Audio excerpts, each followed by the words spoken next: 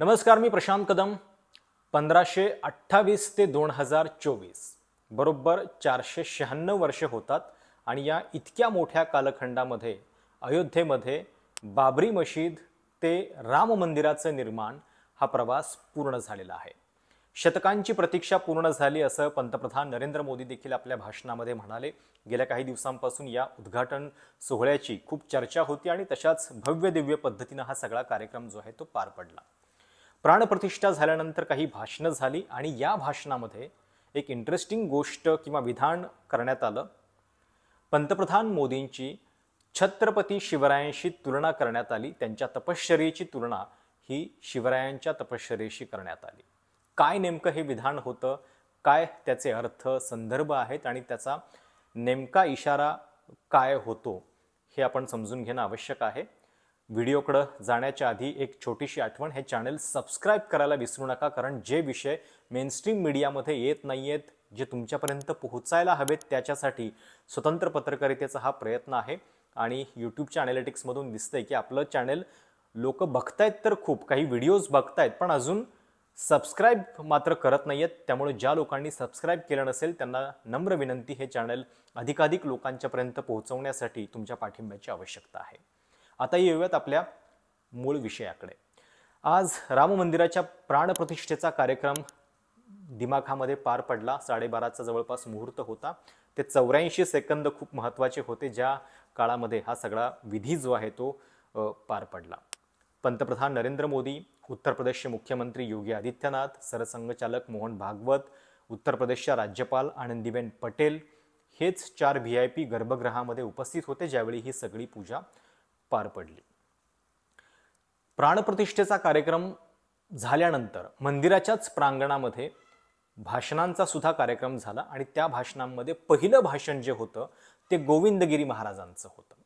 आता हे गोविंदगिरी महाराज कोण, तर थोडक्यात ते आपल्या महाराष्ट्रातलेच आहेत, मूळचे नगर जिल्ह्यातले, आणि हे जे ट्रस्ट बनलेलं आहे त्या ट्रस्टचे ते खजिनदार पण आहेत.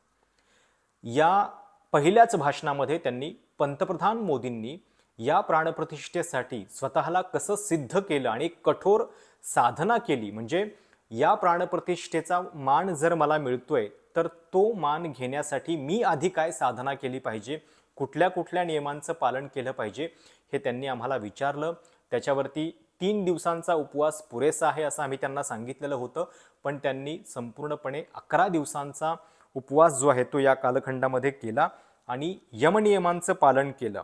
आता हे यमनियम म्हणजे काय, तर अष्टांग योगामध्ये हे यमनियम जे आहेत ते सांगितलेले आहेत.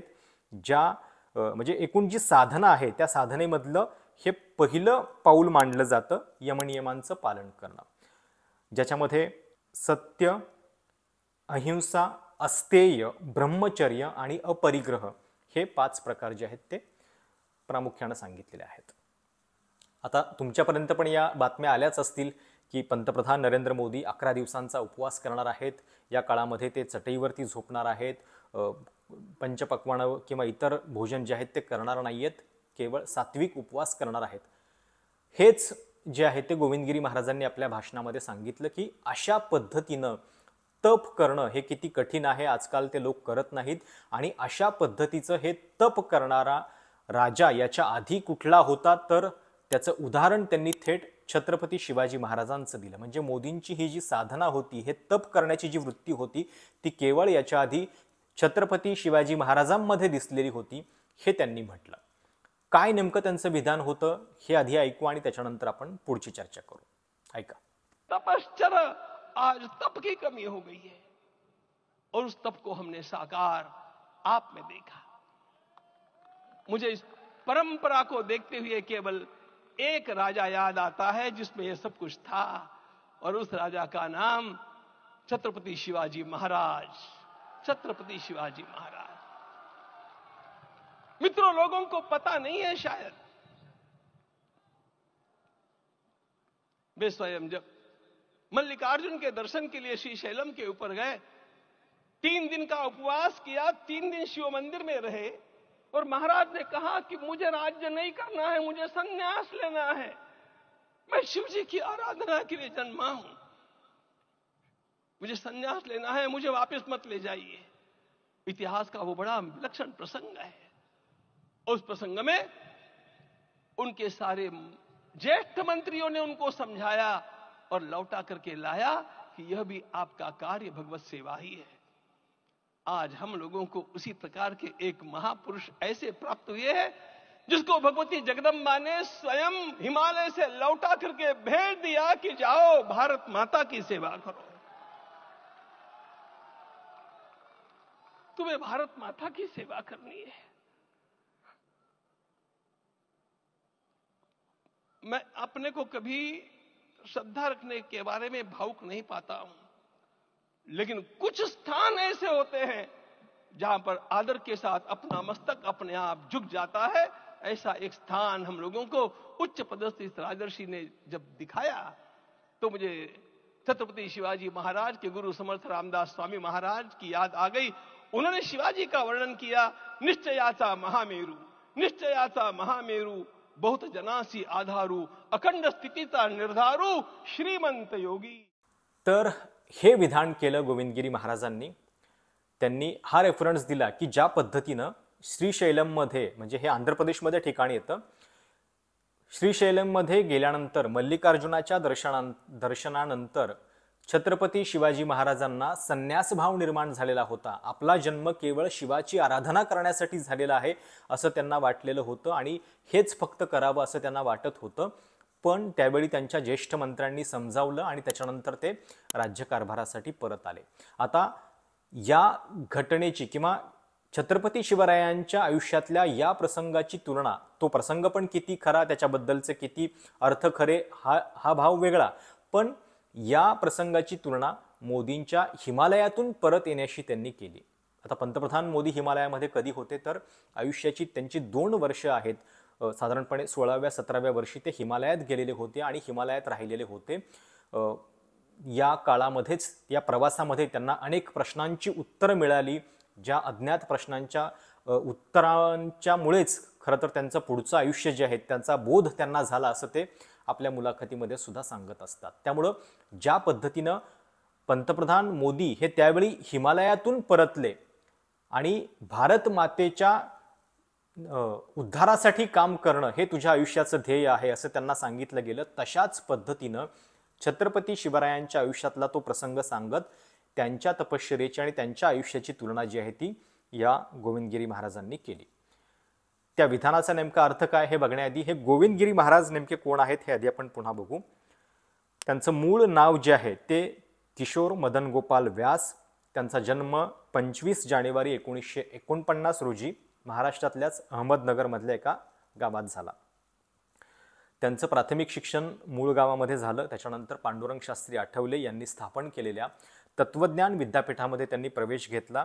तिथं स्वाध्यायाच्या चळवळीचे ते प्रणेते झाले आणि तत्वज्ञानामध्येच त्यांनी नंतर पदव्युत्तर पदवी सुद्धा प्राप्त केली। तर हे गोविंदगिरी महाराज मंदिराच्या निर्मितीसाठी जे ट्रस्ट निर्माण झालेलं आहे त्याचं खजिनदार म्हणून पण काम करत होते। या भाषणानंतर त्यांच्याच हस्ते त्यांनी तीर्थप्राशन करून मोदींना त्या ठिकाणी त्यांचा उपवास जो आहे तो देखील जाहीरपणे सोडला।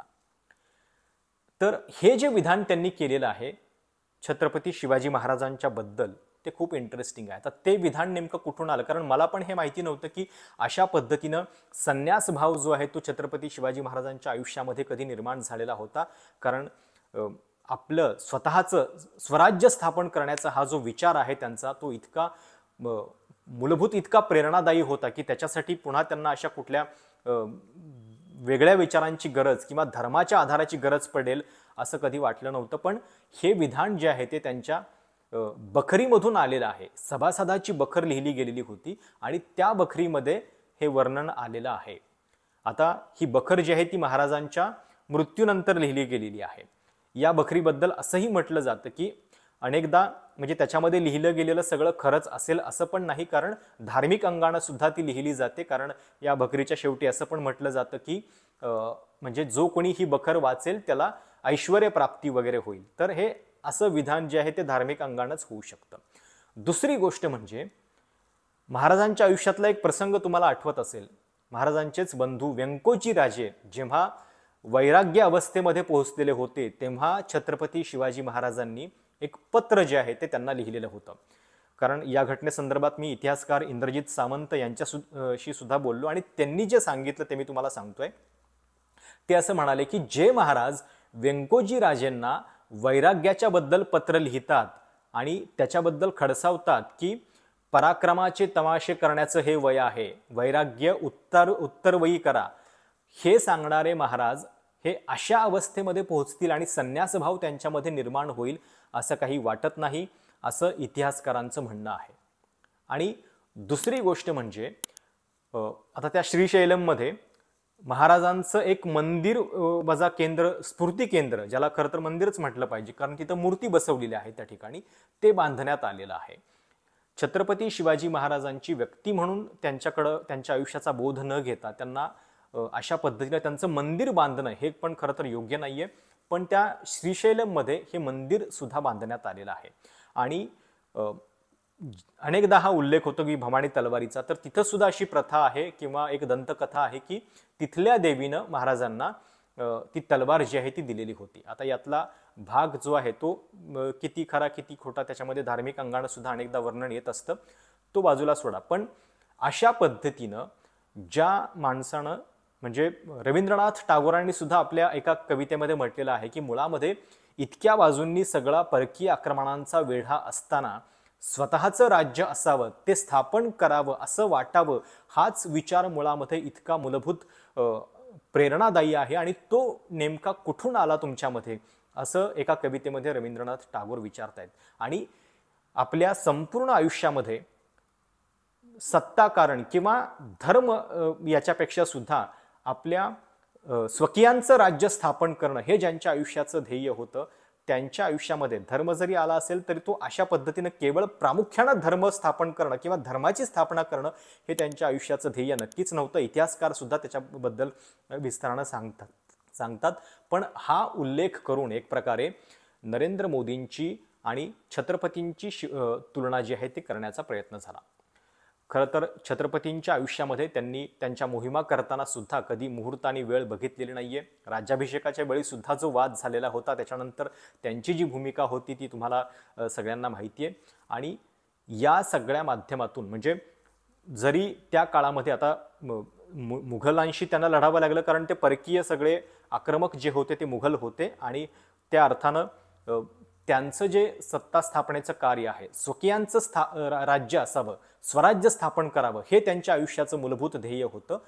पण त्यांच्या आयुष्यामध्ये हा अशा पद्धतीचा संन्यासभाव कधी आला होता की नाही, हे त्या सगळ्या बकरीच्या वर्णनानंतर जे आहे ते खरं तर विचार करण्यासारखं आहे. आणि या पार्श्वभूमीवरती हे विधान आज राम मंदिराच्या उद्घाटनामध्ये करण्यात आलं. या संपूर्ण कामाच्या मंदिर निर्मितीच्या कामाला एक हिंदूंचं सांस्कृतिक अधिष्ठान म्हणून प्रस्थापित करण्याचा प्रयत्न जो आहे तो होतोच आहे. त्याचा पुढे 2024च्या निवडणुकीसाठी सुद्धा वापर होईलच. पण आज हे विधान जे करण्यात आलं ते खूप इंटरेस्टिंग होतं. तुम्हाला त्याच्याबद्दल नेमकं काय वाटतंय ते देखील प्रतिक्रियांमध्ये जाणून घ्यायला आवडेल. त्यामुळं तुमच्या सूचना आणि प्रतिक्रियांचं देखील स्वागत आहे. हे चॅनल सबस्क्राईब करायला विसरू नका. व्हिडिओ आवडल्यास लाईक देखील करा. धन्यवाद.